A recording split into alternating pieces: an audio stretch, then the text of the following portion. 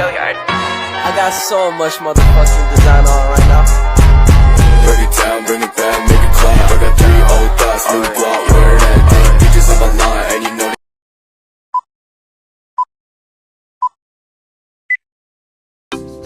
Assalamualaikum warahmatullahi wabarakatuh. Hai guys, karena di awal video itu sudah minta perkenalan diri, jadi langsung saja kita menyaksikan penjelasan dari saya mengenai kuburan adat yang berada di objek wisata Ketekesu, yaitu di Tanah Toraja.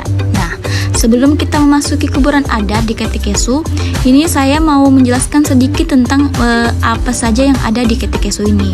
Nah, jadi kita masuk dari gerbang pertama di Ketekesu. Setelah itu kita mendapatkan rumah tongkonan para leluhur yang bagus untuk dikunjungi buat foto-foto. Nah, untuk memasuki kuburan adat di Ketekesu ini, kita berjalan kaki yang dikelilingi oleh kerajinan-kerajinan khas dari Tanah Toraja. Ada tas, topi, kain, ukiran, patung. Nah, itu semua khas dari Tanah Toraja ya guys. Nah, jadi yang tegak berdiri itu namanya Patene. Nah, Patene itu juga kuburan khas dari Toraja. Baik teman-teman, nah jadi ini objek wisata di Ketekesu yang mau saya jelaskan, yaitu kuburan adat. Nah, kuburan adat ini ada dua, ada yang digantung dan ada yang di dalam gua. Yang saya menjelaskan ya. Nah, jadi pertama dulu mau saya jelaskan kuburan gantungnya. Nah, di sini saya memasuki kuburan gantung di Ketekesu yang perjalanannya itu kita menaiki tangga dan dikelilingi oleh bambu-bambu dan kuburan-kuburan yang digantung. Oke, jadi kuburan gantung ini merupakan salah satu tradisi yang dimana kuburan dengan jenazahnya itu di dalamnya akan diletakkan dengan cara digantung. Nah, Toraja memang terkenal dengan kekayaan adat dan tradisinya yang dulu sering dilaksanakan oleh nenek moyang mereka. Sejak ribuan tahun lalu masih dilakukan hingga sekarang. Nah, salah satu tradisi yang menarik yaitu proses pemakaman orang meninggal yang jenazahnya diletakkan di lubang-lubang buatan di atas pegunungan atau bahkan digantungkan di atas pegunungan. Nah, jadi hal ini tentunya sangat unik dan jarang ditemui pada daerah lainnya di Indonesia. Sebab biasanya jenazah orang yang meninggal akan dikuburkan dalam tanah, jauh berbeda dengan cara pemakaman Toraja ini ya guys. Nah, kuburan gantung Toraja ini sendiri merupakan tradisi pemakaman yang dilakukan dengan memasukkan jenazah orang meninggal dalam peti mati yang bernama elrong. Kemudian erong berisi jenazah tersebut akan digantungkan pada tebing batu. Nah, cara menggantungkan peti tersebut juga sebenarnya bukan benar-benar digantung seperti menggunakan tali ya teman-teman, akan tetapi yaitu dengan meletakkannya di antara dua kayu dan diberi palang dari papan di bawahnya.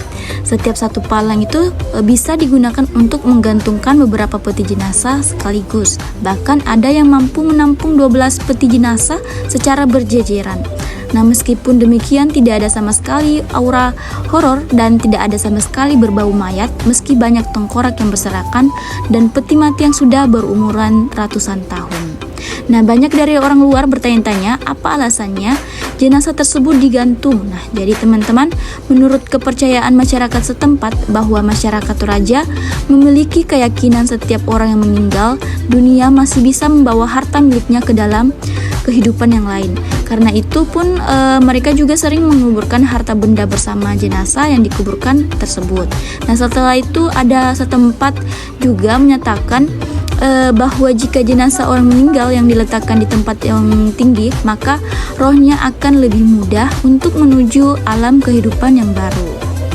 Baik, setelah itu kita lanjut ke kuburan di dalam goa. Nah, jadi perjalanan memasuki kuburan dalam goa itu sama seperti yang ada di kuburan gantung tadi, alias terusan jalanan kuburan gantung tadi ya teman-teman. Nah, baik ini penampakan pintu masuk makam yang ada di dalam goa. Nah, jadi kalau masuk ke dalam gua itu ada patung seperti ini. Jadi patung ini namanya patung tahu-tahu, yang dimana patung tahu-tahu ini ada sangkut paut dengan penyembahan terhadap arwah nenek moyang.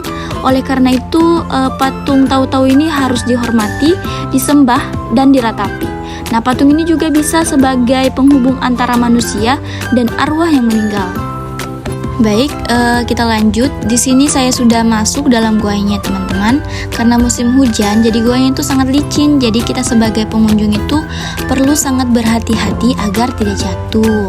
Nah, kalian bisa lihat juga di sini saya dipandu oleh pemandu yang sudah paham mengenai makam yang ada di gua ini. Jadi di sini saya berbincang-bincang dengan pemandu tersebut, yang dimana pemandu ini menjelaskan ke saya bahwa makam yang dalam gua ini merupakan makam yang kasta-kasta rendah, yang mungkin mereka tidak mampu membuat makam rumah-rumah yang saya sebut tadi itu patene ya. Nah, jadi mereka itu tidak mampu membuat seperti ini, jadi mereka menaruhnya di dalam gua ini. Nah, kalau kasta menengah itu disimpan di patene tadi yang sebelum naik tangga itu, yang menengah sampai bangsawan ya teman-teman. Nah, cara membedakan kala bangsawan dan masyarakat biasa itu kita bisa lihat dari petinya. Kalau petinya persegi panjang yang seperti itu, seperti ini, itu rakyat biasa. Nah, kalau peti yang bulat itu berarti bangsawan. Nah, selanjutnya kalau kita mau membuat peti yang bulat itu yang bangsawan, kita memerlukan memotong 24 kerbau, baru kita bisa mendirikan peti bulat seperti yang di bawah tadi. Tetapi minimal bangsawan juga sih teman-teman. Oke guys, kira-kira seperti itu ya. Cukup sekian dan sampai jumpa. Wabillahi taufiq wal hidayah. Wassalamualaikum warahmatullahi wabarakatuh.